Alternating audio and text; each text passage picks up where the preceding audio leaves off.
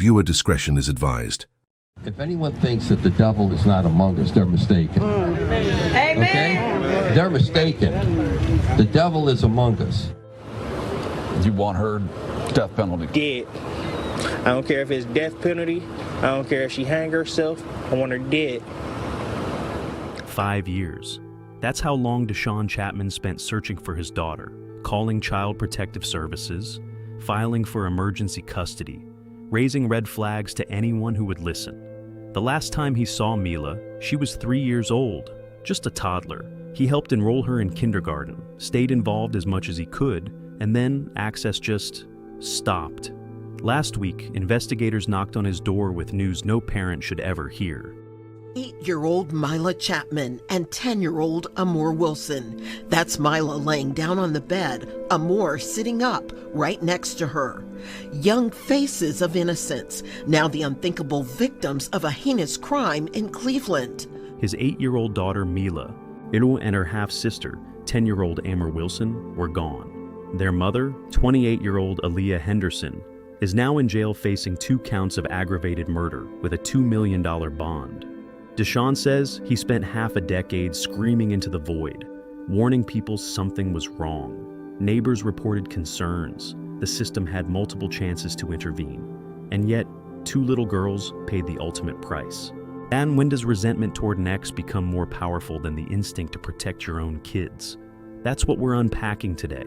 And listen, if this story hits you the way it's hitting me, do me a favor. Hit that like button right now. We need to talk about these system failures, and the algorithm needs to know people care about holding institutions accountable when children's lives are on the line.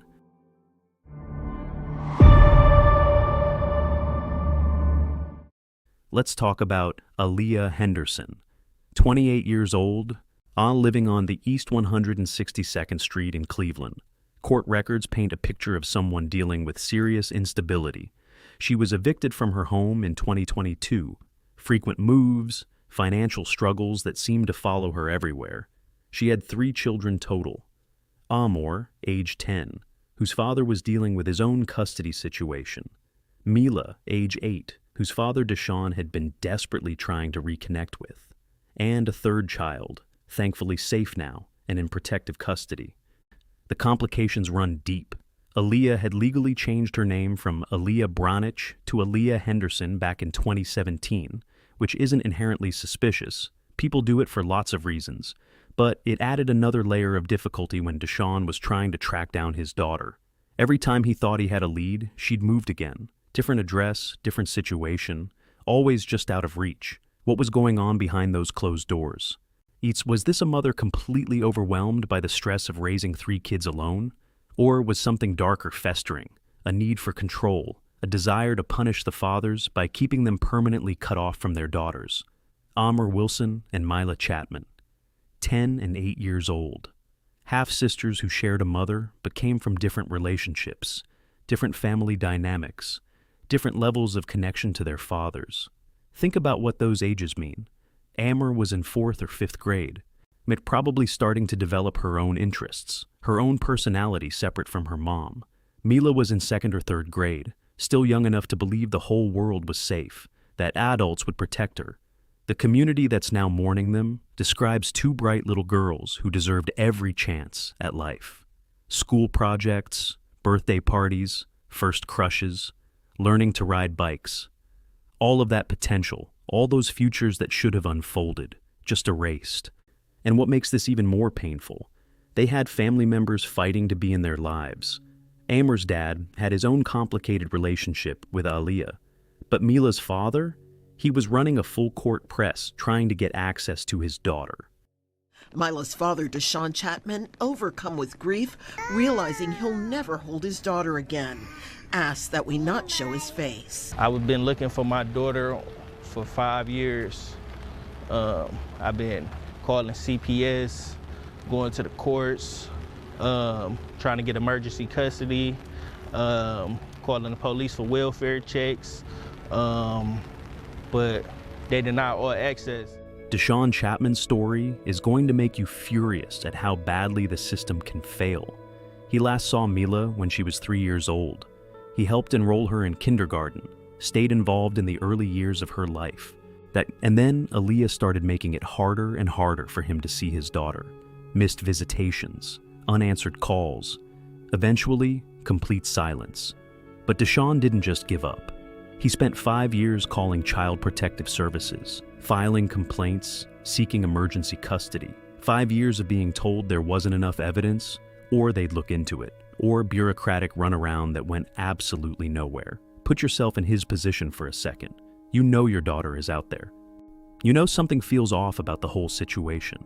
You're doing everything the legal system tells you to do, making calls, filing paperwork, following the proper channels, and nothing happens. DeShaun has been vocal about how this tragedy could have been prevented if the system had listened to his concerns. But DeShaun Chatman believes there were red flags. He says Mila Chatman was his daughter. He didn't want his face to be shown. He said he wanted the focus to be on the sisters. This didn't have to happen like this. Mila had a father,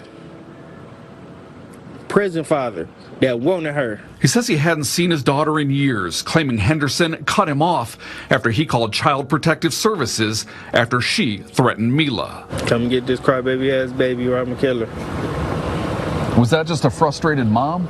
I don't know if that was a frustrated mom or a deranged woman, but I'm gonna go with the deranged woman if you ask me. He's right, and that's what has me so angry about this case. I want to hear from you in the comments right now. Have you dealt with custody battles where one parent just vanishes with the kids? Where the system tells you to wait, to file more paperwork, to trust the process, while weeks turn into months, turn into years? Drop your story below, because this conversation needs to happen. So what was happening during those 5 years while DeShaun was searching? Aliyah kept moving. Court records show evictions and housing instability. Money was clearly tight. Raising 3 kids as a single mom with 2 different fathers in the picture, both of whom she seemed determined to keep at arm's length. Was this about control? Some people, when a relationship ends badly, they weaponize the kids. Visitation becomes a power game. You hurt me, so I'm taking away the thing you love most. It's toxic and it's unfortunately common. Or was this about fear? Maybe Aliyah genuinely believed she was protecting her daughters from something. Oh, maybe past trauma with the fathers made her think cutting them off completely was the safer option. We don't know her full story, her mental state, what battles she was fighting internally. What we do know, neighbors noticed things. One neighbor, DeShaun Chatman, later told reporters she had concerns and even called child services herself about the situation. She never let her kids come outside, play. None of the kids engaged with those kids. DeShaun Chatman, who shares the duplex with Henderson, says she too called protective services about Henderson, concerned about erratic behavior. She was acting out. You had concerns about her mental health? Yes, 100%. In a statement, a county spokesperson said due to the active criminal investigation into these deaths, as well as the state's confidentiality law, she couldn't disclose any further information about any children and family services involvement with the family. So, it wasn't just DeShaun raising alarms. People in the community saw something was off, but nothing changed. The girls stayed with Aliyah, the fathers stayed shut out, and tensions kept building. Bodies were found in 2 suitcases, partially buried in shallow graves behind Ginn Academy. A man walking his dog on Monday made the horrific discovery. We're checking up right now. Understood. If you go, you can see the case from back here. Police arrived to find 1 suitcase partially buried with a young child curled up in a fetal position. A stone's throw away, another suitcase, a second murdered child. But around-the-clock police work led Cleveland detectives to a home on East 162nd Street Wednesday, where they issued a search warrant, the location just feet away from where the bodies were found. On Monday evening, March 2nd, 2026, everything came crashing down. Someone called police after noticing something concerning near East 157th Street and Grovewood Avenue. Authorities arrived around 6 p.m. and quickly realized they were dealing with the worst possible scenario. The heartbreaking discovery led to the identification of Amor Wilson, age 10, and Mila Chatman, age 8, through DNA testing. And the neighborhood went into shock. This wasn't some random crime, some stranger danger situation parents warned their kids about. This was a mother. These were her daughters, People who lived on that street, who maybe saw those girls playing outside, who waved hello to Aliyah in passing. They're now processing an unthinkable reality. Okay. I was gonna have you grab my flashlight, but that's all right. When you get up here, if you go down 162, like I went up Saranac, 162, you can just pull in this parking lot for this Ginn Academy, and you'll see me back here. So I haven't opened it yet. The dude I talked to, the caller, he said that there was this suitcase partially like buried in the ground that he said he's been noticing for like a week, and his dog keeps trying to get to it. So he said that he pulled it out today and to see what was in there because it was kind of heavy, and he noticed like a head and he just left it and called the police. So I'll just wait till you guys get here before I open it. All right. Yeah, just come down towards like Midland, and I mean, as soon as you get to like the last drive for the school, you'll just pull in there. I'm in the back. All right. Bye.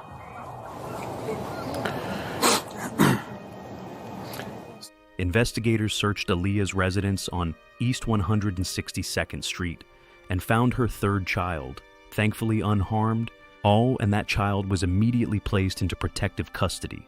That detail stays with you. One child safe, 2 children lost to this tragedy. What made the difference? Age? Gender? Which father they belonged to? We may never fully understand what was going through Aliyah's mind. Police moved fast. Aliyah was arrested and charged with 2 counts of aggravated murder. The legal system that failed to protect Mila and Amor while they were alive suddenly became very efficient at processing their mother through the criminal justice system. Her arraignment happened on Friday, March the 7th, 2026. The judge set bond at $2 million. That's not a bond you make with a bail bondsman's 10%. That's the court saying, you're not going anywhere. And DeShaun was there, standing in that courtroom, facing the woman who kept his daughter from him for 5 years. Who he'd begged the authorities to investigate. His pain was about a system that had so many opportunities to intervene and chose not to. The community held vigils for the girls, candles, flowers, tears from people who never even met Amor and Mila, but felt the weight of their loss. Because this story represents every parent's worst fear, that the systems designed to protect children will look the other way until it's too late. If you want to stay updated on cases like this, where we hold systems accountable and ask the hard questions about how children fall through the cracks, hit that subscribe button right now. I cover these stories because somebody needs to, and I need you in this community pushing for change.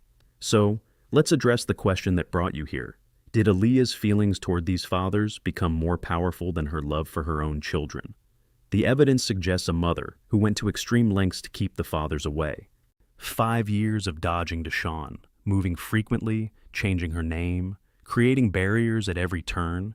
That's not just a messy co-parenting situation. That's someone committed to cutting off all access, no matter what. When you block a parent from their child for years, what does that say about your priorities? Is it about protecting the child or controlling the ex? And when does that control become so all-consuming that it leads to tragedy? Yeah, I'm not going to speculate on exactly what happened or why. The court case will hopefully provide those answers. But what we can say for certain, somewhere along the line, Aliyah stopped seeing Amor and Mila as people with their own needs, their own right to know their fathers, their own futures. They became extensions of her conflict with DeShaun and Amor's father. Maybe she was dealing with untreated mental health issues. Maybe she felt trapped and overwhelmed. Maybe years of instability and financial stress created a perfect storm. But none of that, nothing justifies what happened to those 2 little girls. What's your take on this? Do you think this was about resentment and control? Or do you think we're missing parts of Aliyah's story that might explain her mindset? I'm genuinely curious what you think drove this situation. Comment below. Let's talk about it. How many other DeShauns are out there right now? Yeah, fathers or mothers who know something is wrong, who are calling agencies and filing paperwork and being told to wait, to be patient, that there's not enough evidence to intervene. We know neighbors called child services about Aliyah. We know DeShaun spent 5 years raising red flags. How many warnings does a system need before it takes action? Child Protective Services is understaffed, underfunded, overwhelmed. I get that. But when multiple people are sounding alarms about the same family, there has to be a better protocol. There has to be a threshold where intervention happens before tragedy. Custody battles need reform, too. When one parent is blocking all access and moving constantly to avoid accountability, courts need mechanisms to act faster. 5 years is a lifetime in a child's world. Mila went from a toddler to a second grader without her father in her life, not because he didn't want to be there, but because the system couldn't keep up with a mother determined to stay hidden. If this case breaks your heart the way it breaks mine, if you think more people need to hear Amor and Mila's story and push for these system changes, share this video. Send it to someone who works in child services. Post it in your parent groups. Let's make enough noise that these failures can't be ignored anymore. Amor Wilson and Mila Chatman deserved everything childhood should be. Safety, love, the chance to know both sides of their family, dreams about who they'd become when they grew up. They deserved a mother who put their needs above her own grudges, and they deserved a system that actually protected them when warning signs were everywhere. The legal process is ongoing. Aliyah Henderson will face trial, and hopefully the full truth will come out about what happened and why. But no verdict will bring those girls back. No amount of justice will give DeShaun the chance to watch his daughter grow up. What we can do is learn from this, push for better resources for struggling parents, demand accountability when protective services ignore repeated warnings, support custody reform that prioritizes children's well-being over parental convenience, and tonight, hug your kids a little tighter. Tell them you love them. Because Amor and Mila don't get that anymore. And their story should remind us all how precious and fragile these little lives are. These are little babies who won't graduate, won't walk down the aisle, have a wedding, their own child. Their life is gone, snuffed out. Thanks for watching. I'll see you in the next one.